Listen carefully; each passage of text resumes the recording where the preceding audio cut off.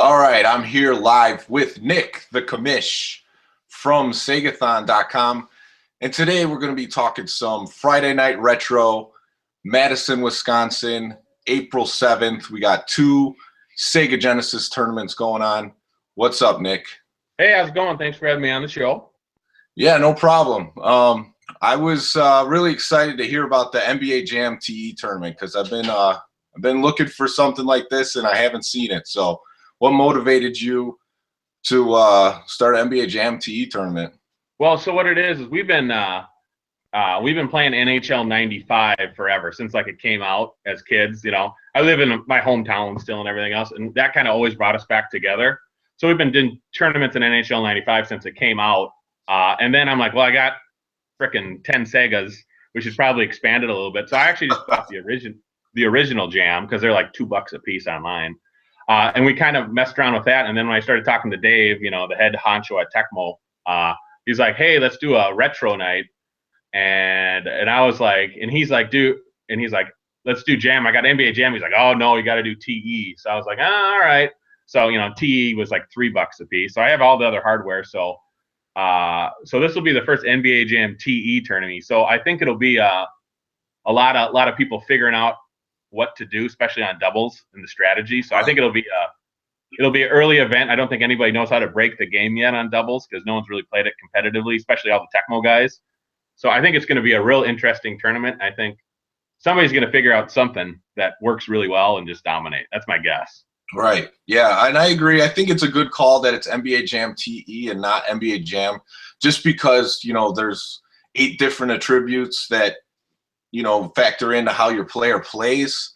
And then you also could switch at least to one other guy. So it adds a little bit more strategy than the straightforward, you know, 2-on-2 and that's all you get. Because some of the teams just aren't as good as, like, say, the Charlotte Hornets in the original. Yeah. You know, and it really plays about the same too. My only drawback with the Jam was they still had like Mikhail Lambier and Isaiah Thomas and a couple other big names, you know. Jam TE started getting in some like, you know, guys that ended up didn't stand the test of time. You know, you look at some of these guys on Jam TE and you're like, I think I remember the first name, you know, of the guy. Yeah. And it's crazy too. Like, I think if people are going into the tourney on Saturday not looking at it at all and going, oh man, like this guy's awesome, but then like Todd Murdoch's better than frickin', you know, Reggie Miller. I don't know exactly, but the ratings are really goofy on TE for like 3-pointers and power and all these things. So Yeah, there are some that are questionable, and I think when I broke down the full roster of NBA Jam TE, yeah, that was great. Harold Miner is like unbelievable. Oh yeah. No, yeah, it is nuts. And then even like, because I'm a Timberwolves guy, so it's like they got Doug West at like 9 3-pointers. I'm like, I think he made 10 3-pointers the whole time here. You know, it's just like, how the heck? So, but it's going to be fun. I think having a 3D team is going to be essential to win it too, because like those injuries pile up. I think injuries is going to be I think that's going to be the special thing that makes people win, because once that guy's injured, if that guy gets injured in, you know, the third quarter and he's slow as dirt, you can really exploit that. Yeah, it's going to come down to, you know, how well people push. Because there was I used to work at Headquarter Beercade part-time. It's a beercade in Chicago. Nice. They used to run NBA Jam tournaments, is what they tell me, before I started working there, and they said that the same couple people were winning. Yeah. So I guess they were just dominant at just pushing people over. So I don't know if we're going to get to see that in this particular tournament, but I think that's what it's going to come down to. Who's the better defensive players? Yeah, and I think there's an art of lining up a guy to knock him down. Like, you think you can push him, but you can scoot right by if the guy's fast enough. And I don't know, like, you know, guys like, you know, Brewdog from Tecmo that knows inside and out the guts of the game. I don't think anybody knows NBA Jam TE on the guts of the game. Like, does a 9-push guy really dominate over a 2-push guy? Like, does that limit the number of pushes? Does that power affect your injury rate at all? All those things, I don't think anybody knows, and I think we'll find out pretty quick once people start playing, when John Stockton takes 2 pushes and dies, or just keeps going, you know? So it's going to be fun. And two, the doubles part of it is going to be awesome. I think there's nothing better than yelling at your teammate for fucking getting out rebounded by Spud Webb. Me and Dave Murray were practicing just online against the computer, and fucking Spud Webb was just annihilating him. He couldn't hear me. Thank God he couldn't hear me on there because I was screaming on my end of the stream. Yeah, Spud Webb can be a dominant player. He's fast. He's got the jump. So. Yeah, I think the only thing on like the knowledge aspect of the game, we've gotten like little Easter eggs from Mark Turmel, who is the producer of the game, like saying that if the Bulls are playing the Pistons and it's at the end of the game, like the Bulls are programmed to miss. Oh, okay. I think I've read that.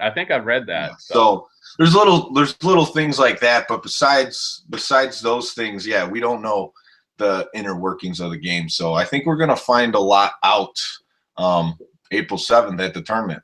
Yeah, and even too, like, there's a rubber banding that goes on with TE. Oh yeah, we're turning computer assistance off, but I don't know. I've read conflicting things online, and that's the worst thing about online is people claim to be experts, and I've found computer assistance doesn't matter, and computer assistance totally matters. So it'll be interesting to see, even on dominant players, if they can win by 40, or if it's going to keep it in like a 10 bucket range at all times. Yeah, I haven't seen, like, honestly, my personal experience with computer assistance, I don't think it matters that much. But the great thing about the tournament that we're doing April 7th is that it's 2-on-2, so it's not going to really matter too much. Yeah, that's my guess too. So I think it's going to be good. Me and Dave, I showed you the rules earlier, and then I sent them to Dave, and he kind of tweaked them. So it's going to be, only use your team once. So, the Hornets and the other stud teams, do you use them right out of the gate because you don't know how the other players play, or do you hold on to save them for later for the champ if you think you're good? Right, exactly. Well, since you're talking about the rules, I'll share the screen of the. Oh, awesome. We'll go over those. So here it is.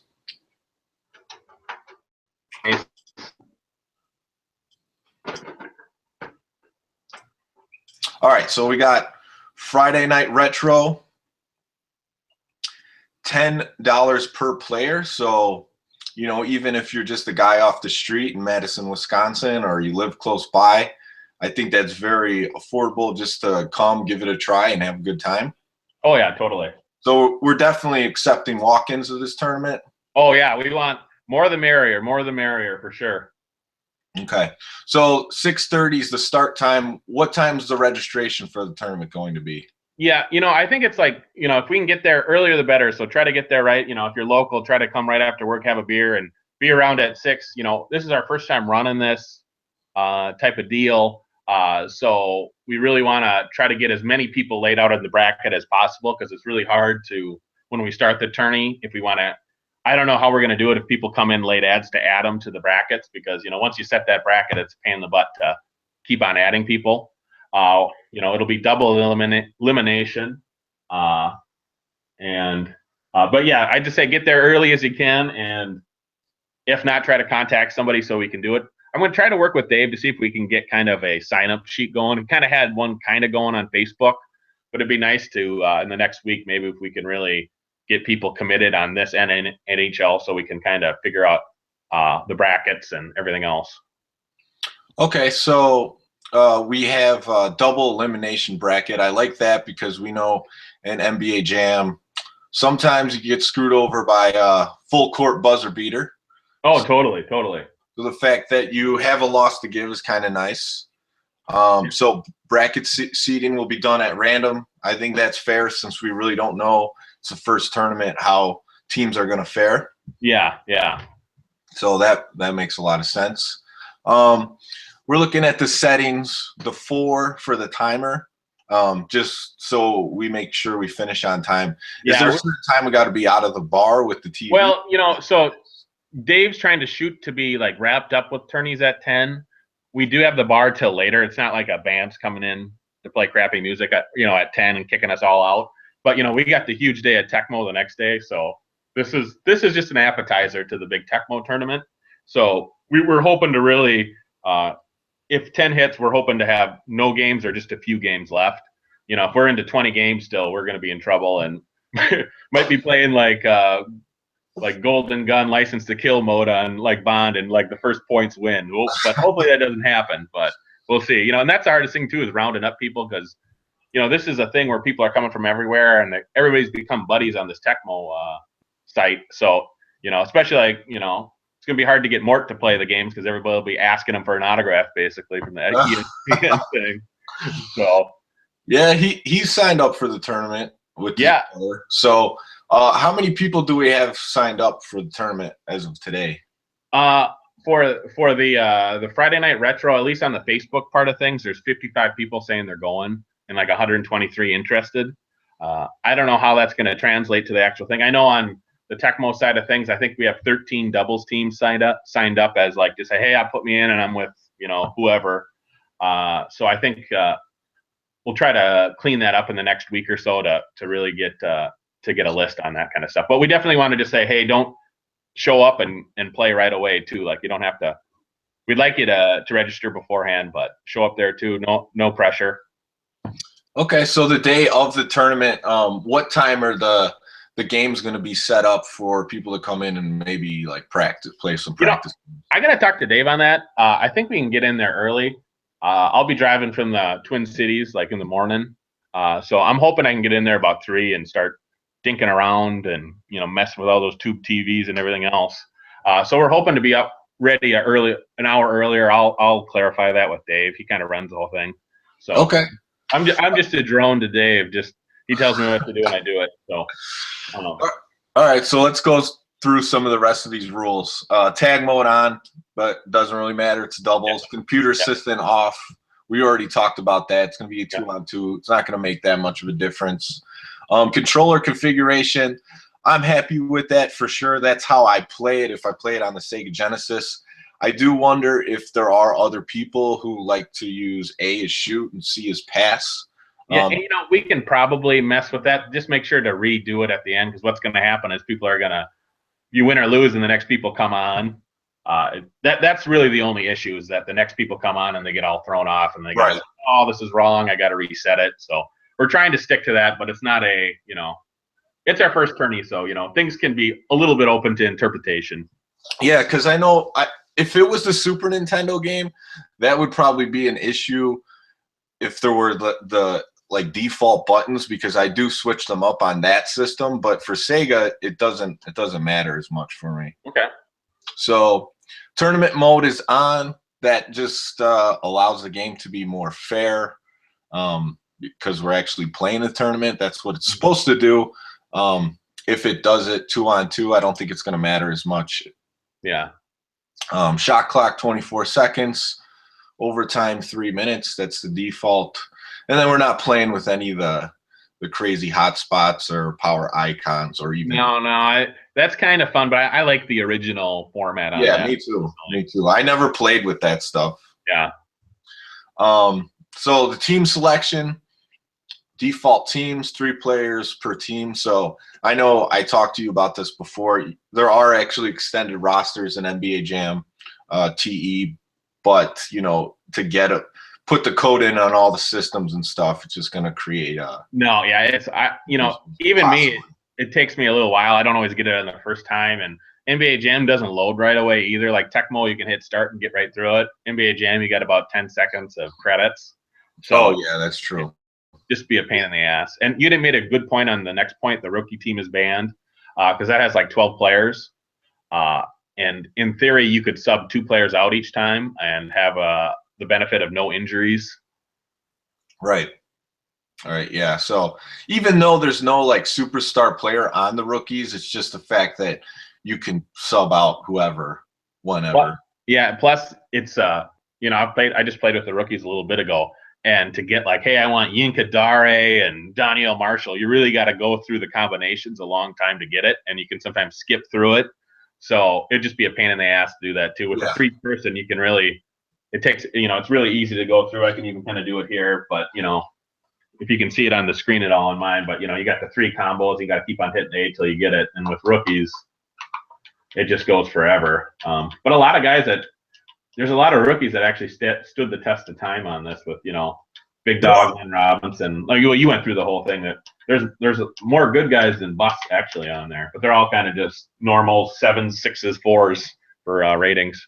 Yeah, I think like Grant Hill and Jason Kidd are probably the best two, but yeah, they're not phenomenal. So nope. And then let's see. So we also have, you can only use each team once for the entire tournament. I think that's fair. Team declaration. This is kind of goofy within the spirit of the tournament. Yeah. So each player will count to 3 and then yell at the top of their lungs the team at the same time. Yeah, so just like 1, 2, 3 Bulls or whatever. There's probably a better way to do it, but for this, and it's kind of low key tourney.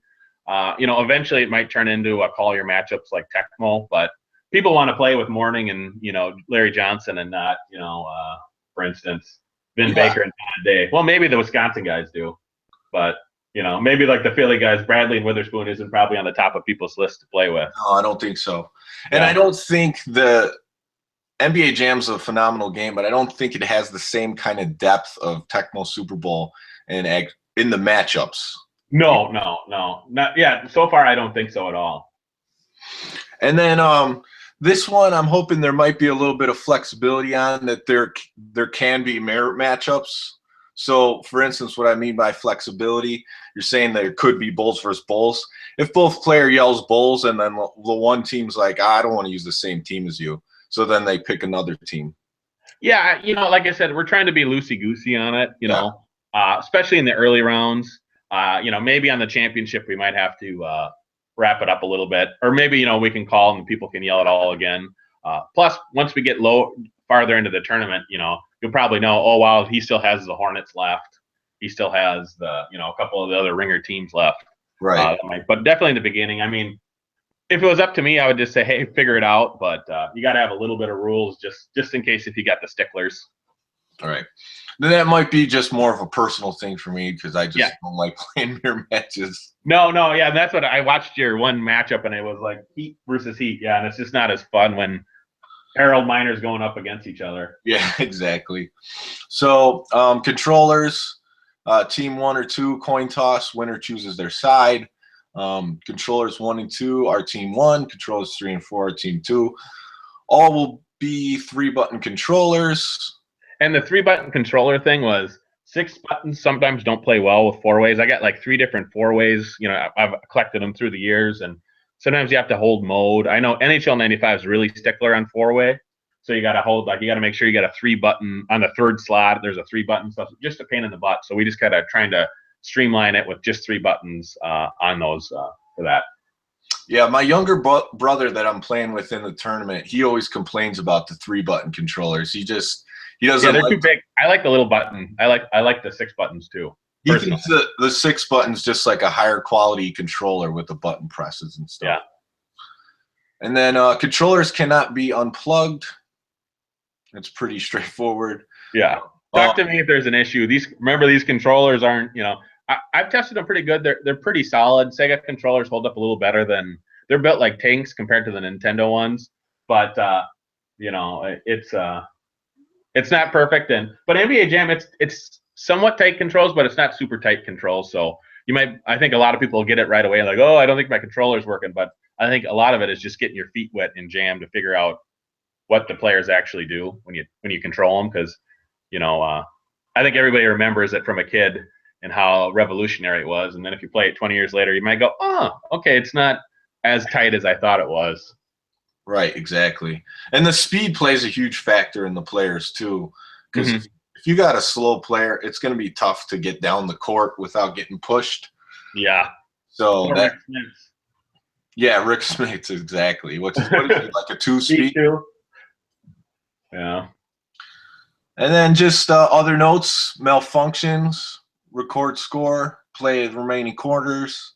Yeah, at one point on that, we were thinking about like redo the score difference, but I think it'd be too much of a pain. And that's the whole thing that comes into the whole if there's a rubber band theory. So if you're up by 5, and then you have to reset, part of me was like, maybe we should give them 5 points to start, but that's going to be a pain in the ass to do, especially when you're trying to hit a 3 and the time difference. So we just wiped it clean.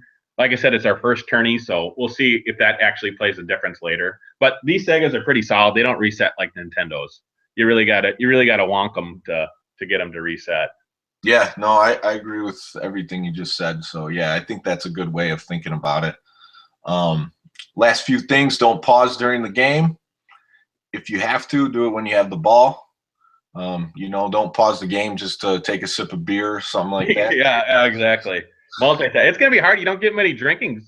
With Tecmo, you can drink in between plays. With NHL, you can drink between face-offs. But with NBA, you might have to set up a straw or something. It's gonna be bad. Yeah, exactly. Beer backpack. Yeah, there we go. There's beer helmet. Back to the old thing with the tube going. Yeah. And then last few things: have fun, be loud, and loose gracefully. No banned scoring moves or tactics at this time. Yep. So if it's in the game, it's in the game, and we'll figure it out. I told you when I watched you play the other day, I was surprised at how well you could block the dunks with like Glenn Rice.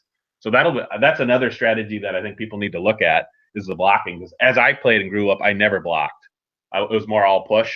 So I think showing yours, I think that if people want to practice, I think I'd practice. That's what I'm going to try to do is practice blocking a little bit because that seems like it really controlled the game for you on that computer one. Yeah, you can if you get up for the blocks in NBA Jam, you can if you time it right, especially with the taller players, there's a good chance you're going to get a block, even if their blocking rating's not that high. So, and is that a big deal on the taller player, shorter player thing too? The little guys, you don't think block as well? No, just because they don't have as much time up in the air where they're actually there for the block. Yeah, and that's really the only thing. Because they're just not up there long enough to stay up for the block on the timing. Whereas the taller players, gotcha. You have a little longer window where the block might occur. Gotcha. But then it's still NBA Jam, so you might be in perfect position, and the game's gonna decide like, nope, this dunk, you're getting dunked on here. I'm looking forward to like who's gonna be the Bob Nelson folk heroes in Jam after this tourney. That talk about like a guy you don't really know of, but he's just dominant in Jam, Yeah. It'll be interesting, like just to point out, like there's this little guy, Kevin Edwards, on the right. He's short, he's really worthless, but he's got power 9, and he's I call him like a little pit bull because he's nasty throwing around guys, and I think there'll be guys like that show up that probably I had to Google and make sure he was Kevin Edwards and not like Blue Edwards or something. Because he wasn't that big of a deal, but there's going to be little folk heroes like that I think are gonna start trending on Twitter. Yeah, no, I think so. He was one of the guys too that I Googled before I did my roster breakdown, and then when I started doing the stream, I already forgot his first name. yeah, exactly. I'm like, it's Edwards. He's a small player. Yeah, he's got. I was surprised you knew all the heights because that was. Like, I could have sworn Hornacek was a short guy, but he's a tall guy in this game. There's stuff like that you just forget. Oh, yeah. A lot of games played with the Jazz. Yeah. So I knew about them. So, yeah, the NBA Jam TE tournament, 6:30, April 7th at the High Noon Saloon. Yeah, I think is it 6 or 6:30? Is it? Can you double check on there? Did Dave put it? Because I think he might have put 6 originally. It says 6:30 on there. Okay, good. Okay, good. I just wanted to clarify. But try to get there early. Don't be a late guy, if possible. Exactly. Everybody out there. Get there. So, yeah, this is the first. I don't know if anyone else throwing NBA Jam tournaments on console. Like I said, I've heard of it on the arcade cabinets at some of the beer crates, but I have not. I haven't seen this yet, so I'm pretty excited. Somebody in DC did one. They did a little article on it when I was Googling. It took me a while to find something. And I wasn't able to contact the guys. I couldn't find a contact for them, but it was just like they did at a bar. It was either Super Nintendo or Sega. And they ran it where you had ping pong balls and you grabbed 3 ping pong balls. Each one had a name, and then you got to pick whatever one you wanted. So that's an interesting spin on it. But like I said, for these rookies, I think it's good just to go with people and make it a little more fun. So I spent a lot of more time with NBA Jam TE playing the computer with Super Nintendo because that's what I had when I was younger. Yeah. And, so I just picked up this game. My brother brought it back from. Oh, wow. Was that the guy that did it online just recently? Yes. Yes. Oh, wow. We found this in Canada at a retro game store. No So shit. I was playing this yesterday, and I'm going to do some streams with it. You better. The computer is a lot harder in the Super Nintendo game than the Sega game. It's amazing what these guys can do with the reprogramming and doing all that stuff. That just blows my mind. I'm not good at that kind of stuff at all. I know computers somewhat, but what they do is amazing. Amazing. Yeah, it's a really cool game. The only problem with it is it crashes when you go into the options menu, so you're stuck to the default buttons and I gotcha. Probably on normal. No tag mode either, so it's like arcade style. Oh, gotcha. All right, so there's also going to be another tournament on April 7th, and it's going to be NHL 95. And I did some looking around on your website, and it looks like you've been throwing NHL 95 tournaments for, what, 15 years already? Yeah, 15, and we call that the modern era. Because we used to do it when we were kids, like sleepovers, but we never kept any stats or anything. And then, after high school, it turned into our thing to get everybody back together. We're like, hey, let's do an NHL 95 tourney. And we did it, and then the second time we did it, people just came out of the woodwork of local friends. So we've always kept it mostly local with but we get up to 20, 25 guys once a year come out. It used to be very you had to be drunk by the end of the championship to win it. But our livers aren't like what they're used to. There's a couple guys can't even drink anymore. So we it's more of a gentleman's pace. No, but there's a lot of drinking culture in it.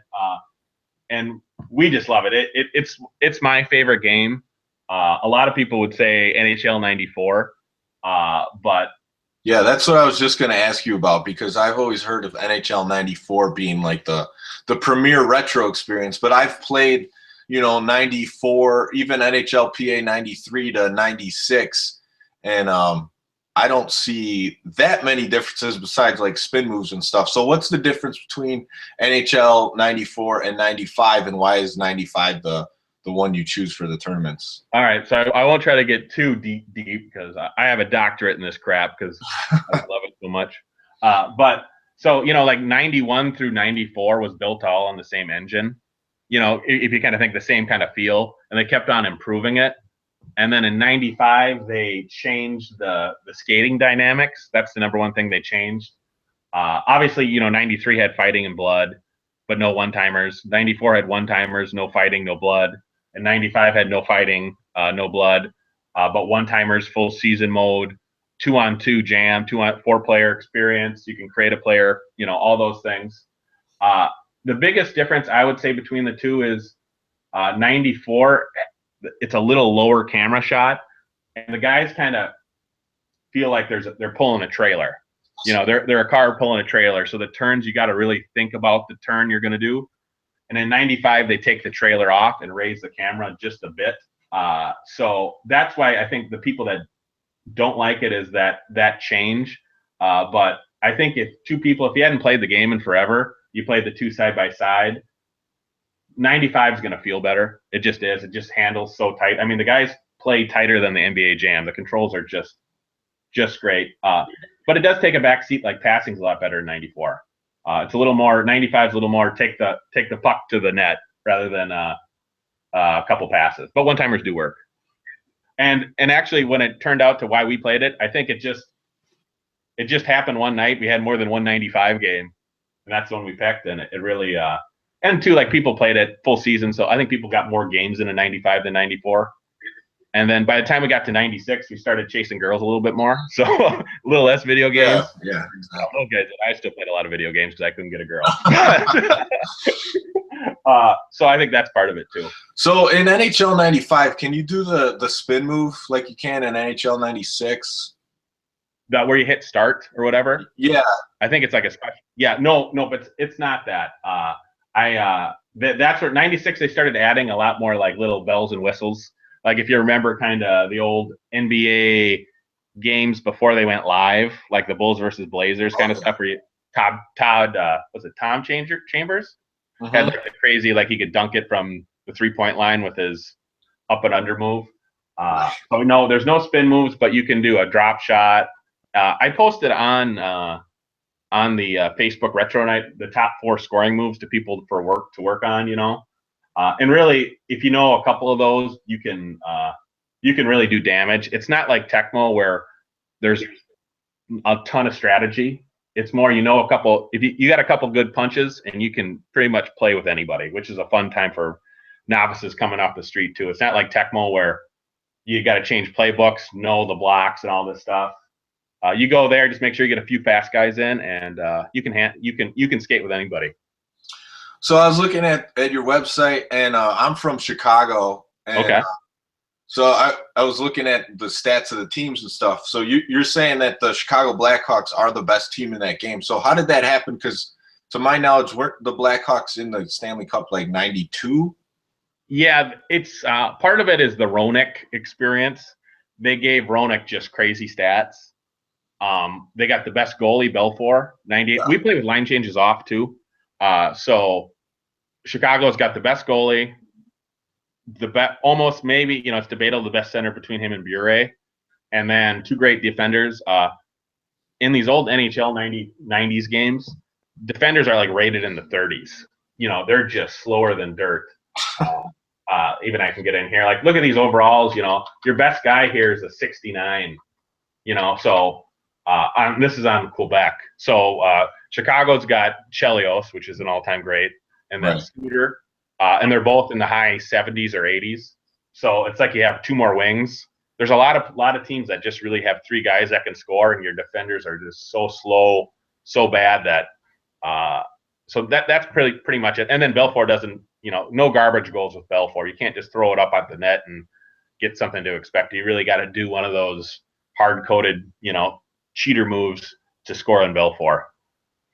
Yeah, he's like, what, a 98 overall, you said? Or yeah, something like that. Yeah, 98, 99, depending if he's hot or cold. Wow. Yeah, that's pretty cool. So you obviously have experience throwing the tournaments for NHL 95. So what's the format going to be like for the NHL 95 tournament? It's going to be almost exactly as the NBA Jam one. No band scoring moves, short periods, 5 minutes, no offsides, line changes off. There will be penalties though. Manual goalie will be the default setting. People get scared off by that, but the computer, the goalie is in auto defense all the time until you get the puck, and then you pass it out. And that's how we do it. On penalty shots, you will have to control the goalie. You can turn that off, but you really want to be manual goalie on penalty shots. Otherwise, you just do a cheater move kind of thing. Okay. When we play Segathon in our main tourneys, we play a full season of like 6 games and then double elimination tournament. So it's like that's kind of the Segathon part of it. It's Sega all day or mostly all night. This one, we're shortening it up to double elimination again. Scream out your team. Flip a coin. One person can either pick the controller or up or down kind of thing. Dave's going to post those shortly. All right, since we're doing 2 tournaments at the same time, how many Genesis systems are we expecting to run each game? I have 10 right now committed to it. What helps with NBA Jam is, you're using up 4 guys on each one. So, if we get 6 stations of Jam, 5, 6 stations of Jam, that's 20 guys playing at once, and then we'll just do the rest for NHL 95. So do you got your Minnesota guys coming to the Segathon tournament for NHL 95? Just one guy so far. Most of the guys couldn't break free. So, like I said, there's not going to be any real ringers there. But, again, NHL is one of those games that anybody can play. There's not like a regulator, Mort type of guy that's just ridiculous. If you know your scored moves, you'll be totally fine on it. Cool. And like I said, it's a fun game. I almost thought about doing doubles on 95 as well, but we just ran out of controllers.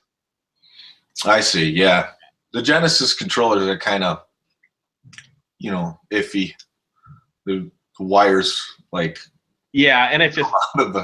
And the biggest thing is, I wish I would have spent. I didn't have any money 10 years ago, but I wish I would have had bought more stuff 10 years ago when everything was dirt cheap. Now, a freaking Sega controller is $10. I know. It's kind of crazy what the retro scene has become. Yeah. But the good thing is that a lot of the people doing the retro gaming stuff on YouTube are just regular gamers that like everything else but sports. Yeah, exactly. You could get, and since there were so many sports games out there, you could get sports games at a cheap price still. Oh, totally. That is nice. It is. There is a little line there. It's like there's the guys that are really into the retro, or normally like they want to play, Metroid and Zeldas and stuff like that. And I'm like a jock nerd. I classify myself as, like the sports games way more than the other games. But like I said, and they're just so quick to play, and you're normally playing them with somebody else, and that's what it really comes down on. Sports games, I think, is a more social game than playing Sonic by yourself. Right. You're normally playing against somebody. Well, you could always have someone be Tails and help you with the ball. Yeah, exactly. Yeah. One thing I noticed too is like with these retro style sport game tournaments, it seems like all these games were meant to be simulation experiences at the time. Yeah, really are great arcade games. Yes, and those are the ones we go back to. That makes it what it is. They are arcade games that I think even like Madden on Genesis, it starts to get a little more simulation-y, and that's why I think Tecmo still beats it on the Genesis head-to-head. Because Tecmo's really arcadey. These NHL games are totally arcadey. The way you can just lay out guys, Jam, of course. Yep, NBA Jam. My favorite hockey arcade game is probably Wayne Gretzky 3D Hockey on the 64. Oh, really? I don't think I've played it. Yeah, that one's really fun. It coincides with when they were trying to do the puck streak on NHL on Fox. Oh, yes, the cyber puck or whatever. Yeah, and it's got the sideways camera view. Okay. It's 3-on-3, fast pace. You check a guy, he flips like 3 times. And then yep. Across the screen. You got to check that one out. I will. I got to dust off my 64. 64 is, I haven't played it enough, but mostly I just have, I get tears in my eyes after playing Bond, because we used to play Bond all the time, but my buddies were so good at the spawn spots and stuff. I would just get killed immediately every time, And I get so lost. I don't know directions. Like I get lost. Like I do Google Maps for everything. So when I get in a game where you have to know where to go, I'm fucked. Just fucked. Yeah, you got to kind of know the maps in there, and there's certain maps that are just tough to get down. So, so NHL 95. How many people we have signed up for that tournament so far? I don't know exactly. Like I said, the only thing we have right now is the likes on the Facebook site. There's 55 people going total. I'm hoping, and I'm encouraging people to do both, do Jam and NHL 95. You'll have time, you'll have space. So I think there was like on the likes, like NHL 95 was leading like the which game do you want to play, and there was like 10 people, and Jam was at 8, but you couldn't vote for 2 things. So I think we'll get a lot more people too, because I think you got a lot of solo guys going in there solo, so they might not want to play Jam with somebody they don't know. I say they should get a buddy, buy a beer, join the Jam tournament. Sure. But I think we'll pick up a lot of guys that are just going to play solo for 95 too. Definitely got some interest. Even like the guy who does the Madison Square Garden Network in New York, he DM'd me the other day, and he was like, "Oh man, if I was in Wisconsin, I'd be there." And he's like, "Hey, come up to New York and I'll host it." And I was like, "Oh, we're there." But yeah, that would be awesome. Tickets. That'd be awesome. Yeah, we'll do a good job at this tournament. Have a good time and see how it goes. Yeah, and the other two thing about Jam and NHL, they're a lot shorter games than Tecmo, so you're going to get in and out of games quick, rather than Tecmo. Especially when you're getting your ass kicked, it can be a long game. Yeah, few bad fumbles, interceptions before you're down 21-0 in the first quarter. Yeah, then it's over. It's over. Yeah. Unless you're Mort, and then you got Mort Magic. Yeah, Mort Magic. Yeah, he continually gives me some Mort Magic on our Tecmo training streams. I was watching that, and just the thing about when they're doing the offset eye. Not, I've played Tecmo for years, but I didn't know. I didn't even associate that the LB1 was never blocked on those, and just little dumb things like that. That adds a lot to it, That's why you got to think so much in Tecmo compared to Jam and NHL. Yeah, you do. Jam, NHL, you're kind of just going with the flow, reacting to the puck or the ball, Tecmo, like you choose the wrong defender against certain formations, it's over. It's over. You grab Scott Steadwell on the Vikes because he's got a cool name and he's the worst player in the game, and you're done. So yeah, you don't want to use him on the Vikings. You got plenty of other good options. yeah, that's the truth.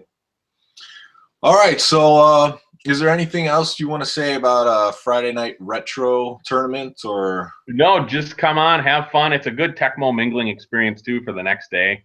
I think, I'm not sure. I got to talk to Dave on that, but sometimes they have pre-registration that night, where you get the shirt. They've done that in the past. I don't know if they're doing it this time.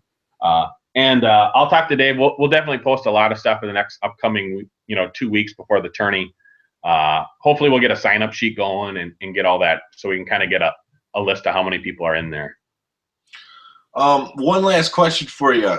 For both of these tournaments, are we going to have any live streams on Twitch or YouTube? Right now, no, but Dave said that could change. It really depends on the setup and how everything's going. So if you do, probably look for it on the Tecmo stream over like my stream, because my stream sucks. Half the time I don't have sound, just like us. We couldn't. we spent 15 minutes trying to figure out my microphone. So it'll be on Dave's one, but I'll make sure to tweet it out on the Segathon handle too. But hopefully everybody will be there. So you're not watching on the stream. You're going to be playing in the tourney, right? Yeah, so far, I mean, this is the biggest retro gaming tournament that there's been so far. Is just the Tecmo Madison. So yeah, we're hoping to to expand it like this. I think Dave's doing a real lot of work getting this all together, and I love it to open it up to a few more games. There's probably some the other thing to think about, like what's the next game. We got a hockey, we got an NBA, we got baseball games are great, but they just take so long. That's the only thing. Like I love the Nintendo baseball games, but they're long games. Yeah, RBI baseball could be quick if you slaughter your yeah runs. But yeah, I like that we're bringing new sports into the Tecmo Madison experience. I was actually thinking myself of a tournament that would be cool to do. Is like you have the 4 major sports that we consider in the U.S. Yeah, like an NHL game. Yeah. You have Tecmo Super Bowl, Yeah. NBA Jam, and then also like RBI baseball. And then like each round you have to pick out of a hat like which game you're gonna play. So you have to be like well-rounded sports gamer. Yeah, we do that. Our Segathons, we don't do it as much, but we called it the Bush League games. We buy like cases of Bush Light, stack a pyramid, and then we'd play like 10 games. Just like, some of them would be good games. Other ones, we'd just play a game that it's kind of like when you play a crappy game, we'd pull out a game like RoboCop for NES and see who can go the longest without dying. Everybody dies within the first 30 seconds because it's a shit game. But stuff like that, that's fun too. It'd be kind of nice to open it up. And I think what this retro night is kind of a test is getting just one game in, because I think a lot of people be good to kind of expand it. And we got all the systems now. All we need to do is just buy a few more games and we can run a few things simultaneously. Right, yeah. You got all the Sega systems, so as long as it's a Sega Genesis game, and there were tons of them. Yeah. Other tournaments going on in the future. Yeah. So Nick, thanks a lot for getting me to do this. I haven't done any Google Hangout interview type videos like this, so I think this is something I'll probably do in the future because it's nice talking to you and it's easy to do. Yeah, no, it's fun. I enjoy it. But we'll have to you'll have to do a little NHL 95 on your stream and get people educated on that too. Yeah, we'll have to get someone on the stream more versed in that game, because I don't know if you've watched any of like the retro sports league videos I do, or even the older retro sports gamer episodes. Hockey games are a weakness for me. It's out of your wheelhouse. I got it. Okay. Unless it's like really arcade ones, like NHL Hits on PlayStation 2 and like the Wayne Gretzky 3D hockey I was talking about. I'm great at those games, but like when it comes down to like the EA Sports NHL ones, or even some of the other like NHL Breakaway games like that, I might take a loss. Okay, one last question for you. What's the end of retro? When does retro stop being retro? What's the year? I think anything that's at least 10 years old is probably retro at that point. Okay, so PS2 stuff is probably where you draw the line right now. Yeah, and even the PlayStation 3 was out longer than 10 years ago, so even some of those early games, I guess you could say, are retro. I usually stick in the wheelhouse of like Atari 2600 to N64, but I think I'm going to start playing more PlayStation 2 games and stuff. Yeah, you gotta feed us. There's probably a lot more people on YouTube that knows PS2 than Atari, you know. Oh yeah, for sure. Yeah. All right, Nick. Thanks for having me on. Yeah, thanks for joining, and yeah, we'll do this again sometime. We'll probably do a recap after April 7th and talk about how each tournament went. I like it. All right, I'll see you at Madtown. I'll get you a beer. All right, thanks. Okay, bye.